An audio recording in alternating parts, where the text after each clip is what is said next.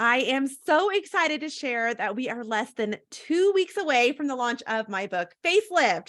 This has been so exciting. I am so grateful for the support I've received from family and friends, but also media avenues, especially those right here in my hometown. So a special shout out to KUTV2's Fresh Living and ABC4's Good Things Utah for having me on recently. I am so thankful. Thank you, thank you, thank you. Now, as I've shared before, we all have a story, and that leads into our series of highlighting those who have embraced hope through their own heartaches. Today's special guest is David Figueroa. Now, David has an impressive background in sports and has been a huge inspiration to others, despite his physical challenges of having cerebral palsy. David has excelled at cycling and baseball and even a football athlete. So he's also a dedicated educator, and he currently works as a youth student advocate, where he inspires his students to strive for success and embrace their unique qualities. I'm so excited to talk with him. Now, through David's blog, Cerebral Palsy and Fitness, he provides a platform for others to share their stories of triumph and success within the disability community. He has such an incredible determination and passion and dedication, and brings a message of hope and perseverance. So welcome on to Holly's Highlights, David. I am so excited to have you with us today. Thank you for having me on today. I'm so excited to talk to everybody about my disability, what I've overcome since then, and a little bit about my journey and what I do as a youth student advocate. Fabulous. Now, I think if you don't mind, let's just kind of walk everyone back to the very beginning. Help us kind of understand that foundation here of what took place that led to the heartache you've walked through. Well, a lot of it at the very beginning was more of like the trials and tribulations of trying to deal with the first off the family aspect. So I used to live with, I had my mom, my stepmom, and my dad. They all co-parented. And it's funny because you think about society now and you think about co-parenting, and it doesn't really exist. Like, you don't really hear much about it. And the beautiful thing is, I had all three parents that were there, very supportive from the very beginning. My stepmom was more of the one that taught my mom how to do the basic things in life, because as your listeners might not know, my biological mom she was 16 years old when she had me. She was literally a kid herself. And so, of course, my stepmom and my dad didn't meet till later on, but fortunately for her, my stepmom was kind of guiding her on the way to being a great mom. And then, of course, during that period of time, I couldn't really read, write, or walk because I was trying to figure out what kind of cerebral palsy does he have? Is he going to live a normal life? Is he going to be able to read, write, or walk? Doctors had determined that would never happen. And fortunately enough for me, luckily for me, I had my stepmom, and she kind of stepped in after my mother's passing about 8 years later. So she took over and she said, "This kid's got a future. Let's bring it out." That's awesome. That's awesome. So how old were you when you were diagnosed with cerebral palsy? Um, that I'm not too certain about, but I'm sure I was pretty young because I knew from it from an early age. Okay. Okay. What did your parents do with that information? It sounds like as you were sharing, your mom was very young, and so this had to be a hit, right? A shock. And so great to have a mentor, as it sounds like, in your stepmom, to be able to help guide her and walk her through all of these processes. That's a lot to grasp at once. So have they shared with you, whether it be the stepmom or your dad or even your mom, kind of what they did with that information, how they took all of that and processed it? You shared with your mom, your stepmom, really getting involved and mentoring not only your mom, but helping you and making sure that you had that future. I mean, it's funny that you mentioned that because my stepmom, she literally at a point where I tell a lot of people that she literally saved my future, because with my mom, my future was really uncertain after she passed away, because you had this kid who didn't really have a future. They assumed he was going to be in a wheelchair, be a vegetable for the rest of his life. And, she saw more potential than a lot of people at that time would, because I was in special ed for a little bit. And then I transitioned to regular education. And then I made straight A's. I was a very good student. I was learning learning things that a lot of children that were mainstream and able-bodied could do, but then the teachers were like, he looks different physically, so mentally he might have, another situation. And so that's not the case. And society likes to put that together where it's like you see somebody physically uh having an issue, it has to do with something with the brain too, with you mentally, and that's not the case. Interesting, interesting. That would be a hard hurdle. Absolutely. Now, if you don't mind me asking, about how old were you when your mother passed away? She was around I was around 8 years old, so Around I'm 8. turning 8. Yeah. It's 24 years this year. Wow. Wow. So with your mother passing, with the thought of, as you just shared, with so many looking at the physical and thinking there had to be a mental there, what were some of those other hurdles that you have found yourself facing as you've dealt and really thrived through having your cerebral palsy? Well, a lot of it was more like teachers being real skeptical. I did have my fair share of bullying. Kids would poke Mm, fun of me because I looked different physically, and they would poke fun of my legs and how the way that I walked, and it was pretty hard at times. But my stepmom used to always tell me is take that first day of school every year, the first 5-10 minutes of class, and educate your peers about your disability and what makes you unique, mm, but also that it's okay to be different. yes. You know. Yes. And that approach is almost like facing the fears head on too. The fears that it sounds like you were experiencing of what you're having to deal with every single school year, but then also what people can experience of just that uncomfortable uneasiness, prejudice in their Right. own way. So that's great. That sounds like great advice that she was able to provide for you to help you as well as to help them and just provide that connection.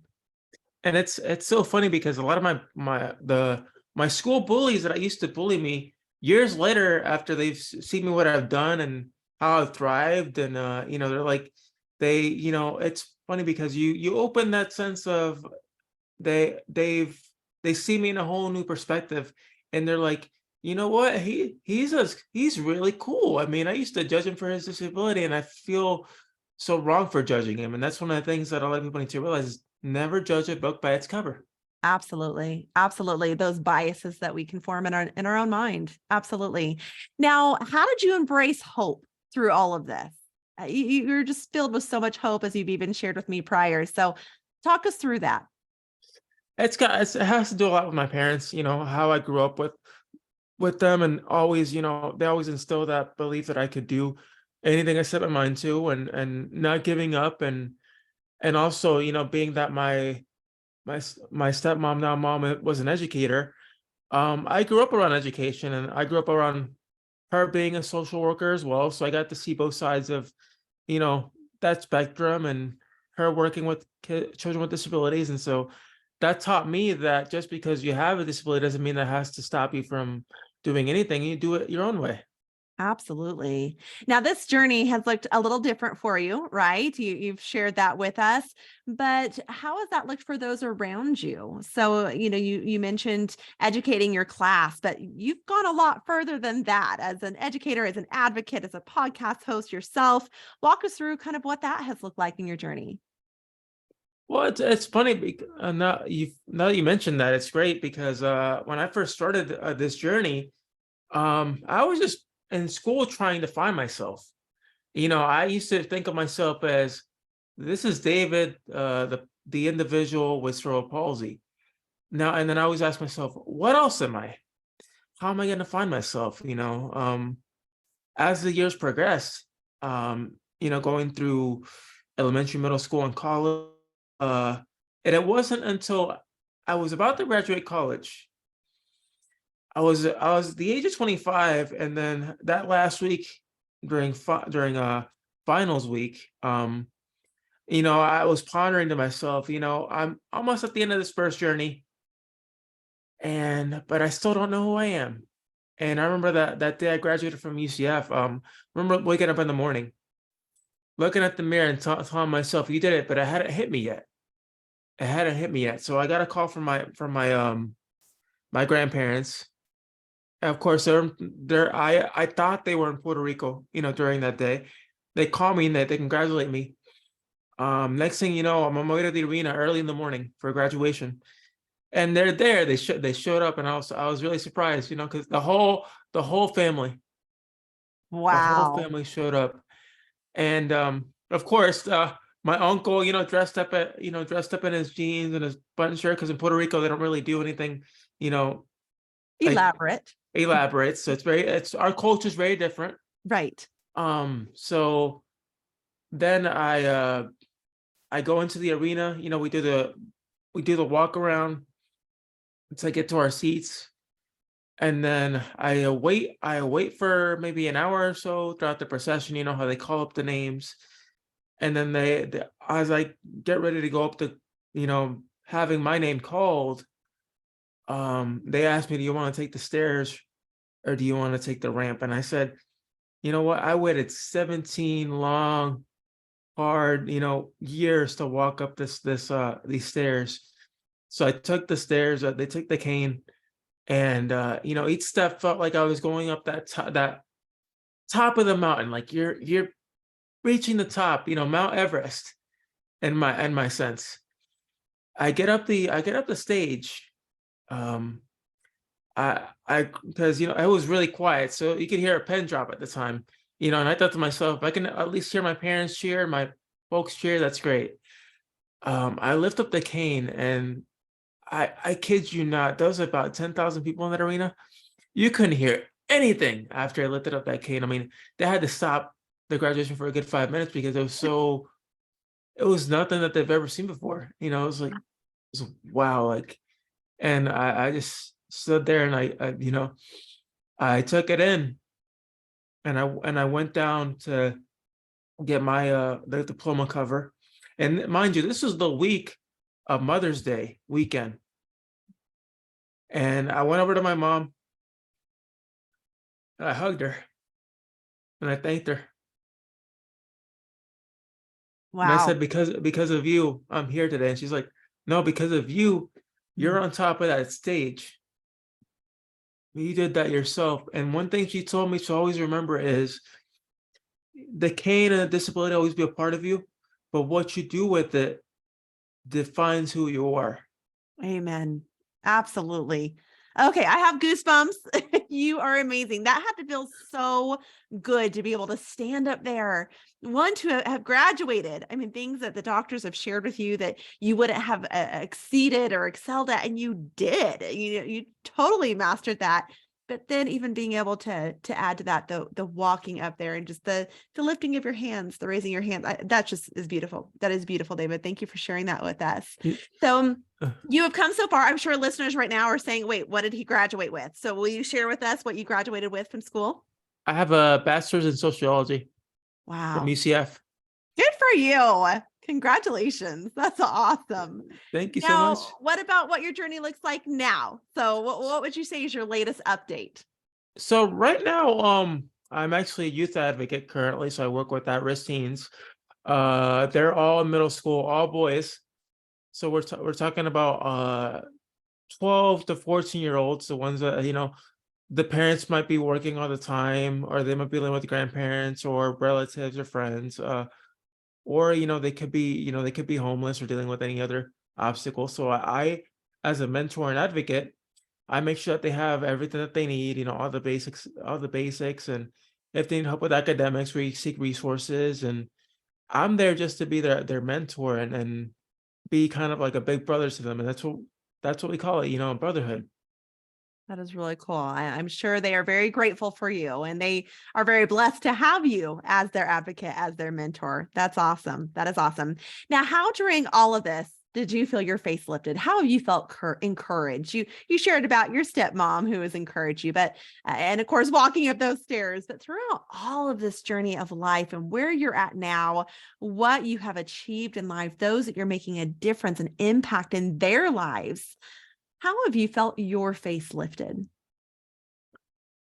Really, it's felt great, and I feel like my face isn't lifted enough. I feel that there's still so much to go. I mean, I'm still young, and it's almost like they kind of joke a little bit.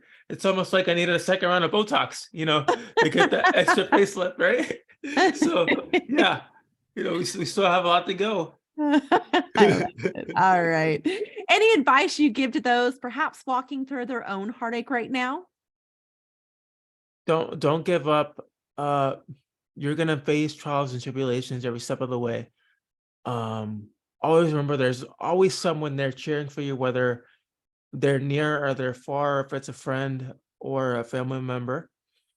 And the first and foremost, you have to believe in yourself. Believe in yourself. That's the first thing you have to do. If you don't believe in yourself, things don't get moving. Yes. Believe in yourself. Good tip right there.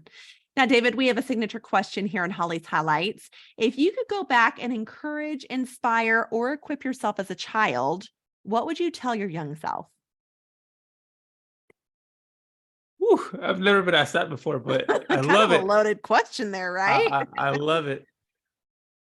Honestly, I would tell myself, um, you know what? You have this disability, you have this gift, utilize it because not very many children are fortunate to have what you have. You've been blessed with something that you can hopefully reach millions of people with, a story, a message. Yes. Taking our mess and making it a message. Absolutely, David. Yes. Where can our guests connect with you? Well, you can find me on Instagram at DavidCP Fitness, on Twitter at DavidCP Fitness, and if you guys would like to check out my YouTube channel, it is David Cerebral Palsy and Fitness Channel. Awesome. Awesome.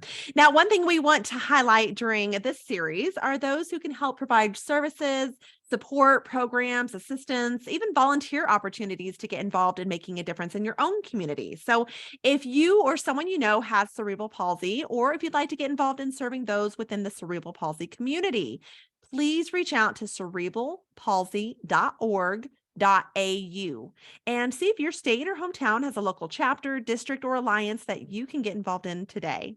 David, thank you. I know through your time and vulnerability, you have been a source of encouragement and inspiration to us today, as you have thoroughly equipped us for embracing hope through our heartaches.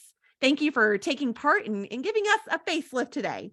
But of all, we just thank you for just that attitude that you have, that you've taken this and taken it as a blessing and pushed on, and truly, as you shared, lifted your arms and had something to celebrate. So best wishes to you, my friend.